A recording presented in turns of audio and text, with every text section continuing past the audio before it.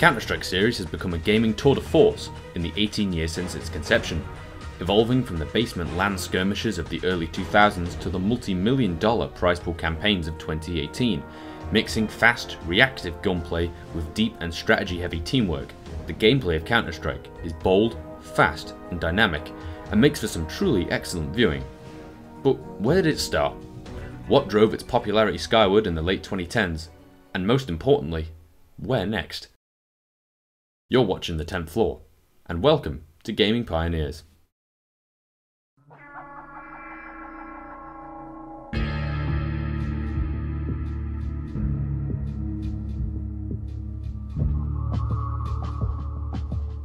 The year is 1998. The Valve Corporation, headed by the enigmatic Gabe Newell, has just released the seminal Half-Life and changed the face of gaming forever. Not only through the game's expert use of narrative and world building, but through the transparency and tools the game offered for third parties and enthusiasts alike to create their own worlds, stories and experiences. It was a thriving community, producing some of the most fondly remembered and original modifications for any game. Titles such as the legendary They Hunger with its corny atmospheric umbrella-laden action, as well as multiplayer hit Natural Selection, the mods were varied, original and creative. However, it would be the work of two budding developers, Min Lee and Jess Cliff, who would go on to create what is arguably the most influential of all mods, the original Counter-Strike.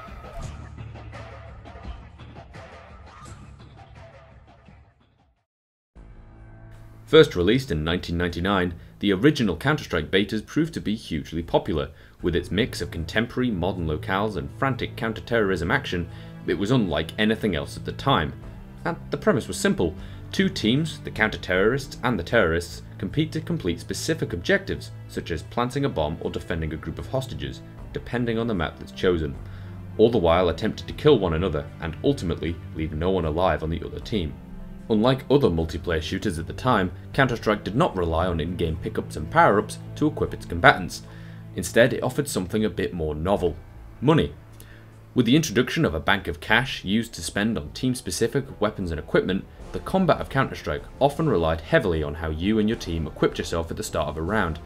A simple idea with complex and deep strategy. A few dollars could mean the difference between victory and death. At your disposal was an array of high-tech and modern weaponry, ranging from the classic AK-47 to the accurate, powerful and legendary AWP. The means in which to dispatch your foes were meaty, versatile and varied. They were untamed beasts, however, requiring practice, aim and skill in order to be used to their full capabilities. No one could just hop into a match and dominate first time. It took hundreds, even thousands of hours to get the hang of what the weapons had to offer. The payoff? A rewarding and full-fat shooting experience that was absolutely unmatched at the time.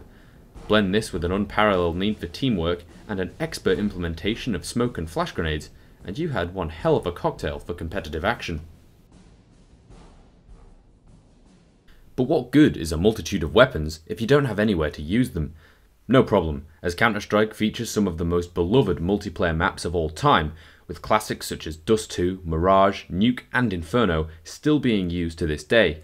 In fact, designers of these maps even went on to glory in later titles, FM Pone being a notable example with his work on CSGO's cache and season updates. From Dust 2's sun-bleached desert to the cold engineering of Nuke, the maps were designed specifically to be played in a number of ways, with multiple entrances to areas, a simple 3-lane system, for the most part, and a lot of room to improvise. Counter-Strike maps offered players a harsh yet rewarding competitive experience, with each map requiring different tactics and strategies in order to be successful. None of the above-mentioned maps, however, would have even existed without the efforts and time of the talented mapping community. Individuals such as David Johnston and Christopher Orty will go down in history as two of the most talented and influential map designers ever, for their work on the Dust series and Inferno respectively. Whilst there are plenty of classics on offer, not all of the maps are as fondly remembered. The 747s and Prodigies of the world will not necessarily bad maps at all.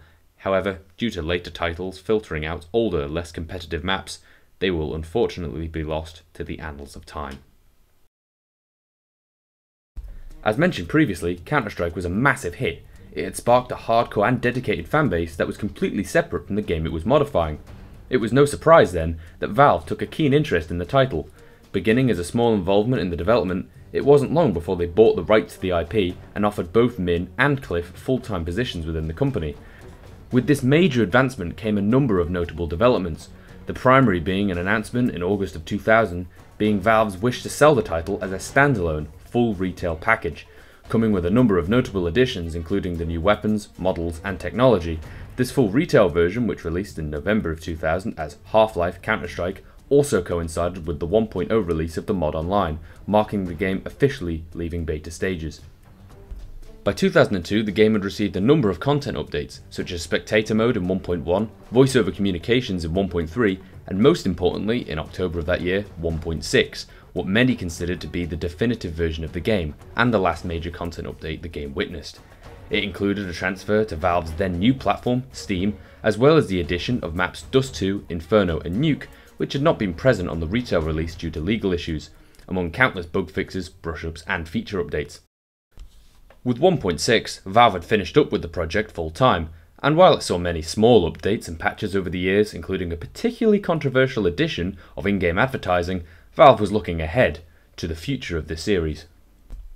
In March of 2004, Counter-Strike Condition Zero was released. Developed by Turtle Rock Studios, who would go on to produce the co-op hit Left 4 Dead and commercial Bomb Evolve, it was to run on the Gold Source engine, just like its predecessor, and feature much of the same multiplayer components as well. However, the intrigue with Condition Zero wasn't with its multiplayer, which only made small updates to player models, textures and weapons, but the fact that it contained a selection of single-player missions. Now, these weren't your standard fleshed-out missions. This Tour of Duty, as it was known, was just a series of objectives based on each map, such as kill 5 enemies with the M4A1 and so on.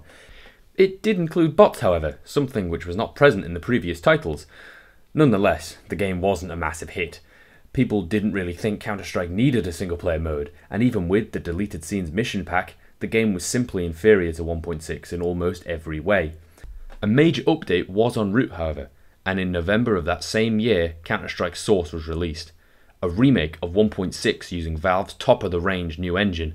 Development was completed by Valve in conjunction with Turtle Rock. Many of the features in Condition Zero made their way into Source, such as bot AI. However, the obvious draw to Source was its use of the titular engine. Whilst Half-Life 2 was still to be released later that month, Valve needed a multiplayer-focused experience to help demonstrate the power of the engine. Whilst originally penned to be Team Fortress 2, it eventually fell into Counter-Strike to fill the role. Source was different to 1.6 in a number of ways. It made certain weapons perform better than others, the M4 to AK for example, as well as drastically reducing the surfaces which could be shot through. The game was praised for its level of fidelity and physics, thanks in no small part to the Source engine.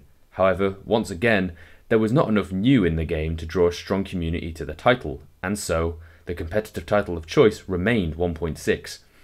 However, all was to change in 2012. The meteoric rise in popularity for Counter-Strike was undoubtedly down to the release of Global Offensive in August of 2012. Whilst initially thought of as no more than a weird console transition for the series, it underwent a number of huge updates, with the introduction of a dedicated matchmaking competitive mode, complete with ELO ranks, weapon skins, operations and map overhauls. It was transformed into the premier first-person shooter on the PC. It provided players of 1.6 with a substantial overhaul to the systems and finally warranted a transition for the players and pros alike.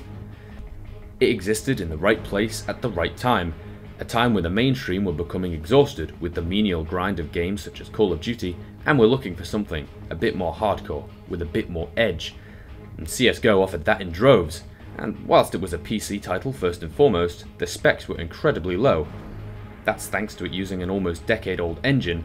It allowed players to participate no matter how good their PC was.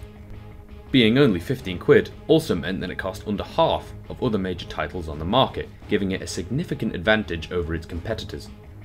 The rise of streaming platforms such as Twitch and the phenomenal success games such as League of Legends has had with large stadium tournaments proved to be more icing on the proverbial cake, the gameplay of Counter-Strike being a perfect match for such formats.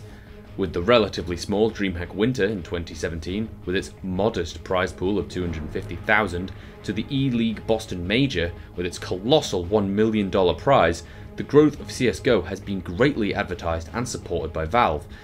Its time, however, appears to be limited. 2017 proved to be the year of massive unforeseen hits. titles such as PUBG and Fortnite offering players a completely different style of game and community. Fortnite is a notable example, as it is rocketed to be the most popular game in the world, with millions of concurrent players across multiple platforms. They offer a less competitive, more relaxed experience to Counter-Strike, and have been hugely popular as a result. As well as this, other tight competitive shooters have arisen in recent years to temper the flames, titles such as Overwatch and Rainbow Six Siege offering different yet equally as compelling competitive playgrounds to Counter-Strike. Valve's handling of the project also has been questioned by many, as they have continuously brought out new and more elaborate skins for weapons, knives and even gloves, and have seemed to be overlooking many major issues that the community has been concerned with for quite some time. Issues with hacking, tick rate and the quality of Valve's Redux maps have driven many players to find new and more interesting games to spend their time with. It's a shame too, because for every step forward Valve has made with the game in the last 2 years, there seems to have been a couple of steps back. Counter-Strike has risen from a humble mod into one of the biggest games of its generation. Upon its initial development, it was experimentation at its best, not afraid to try new mechanics and systems in its pursuit of an original experience. It had reactive and tight gunplay, an almost unmatched community, and some of the finest maps in all of gaming history. It provided players and viewers alike with one of the toughest yet most rewarding shooters on the market, and whilst I would be tempted to say that it has reached its peak commercially, the die-hard community of Counter-Strike will always remain. Who knows, it may well get updated with the Source 2 engine in the upcoming years and bolster its popularity once more, but at least for now, it has definitely passed its half-life. Thank you for watching.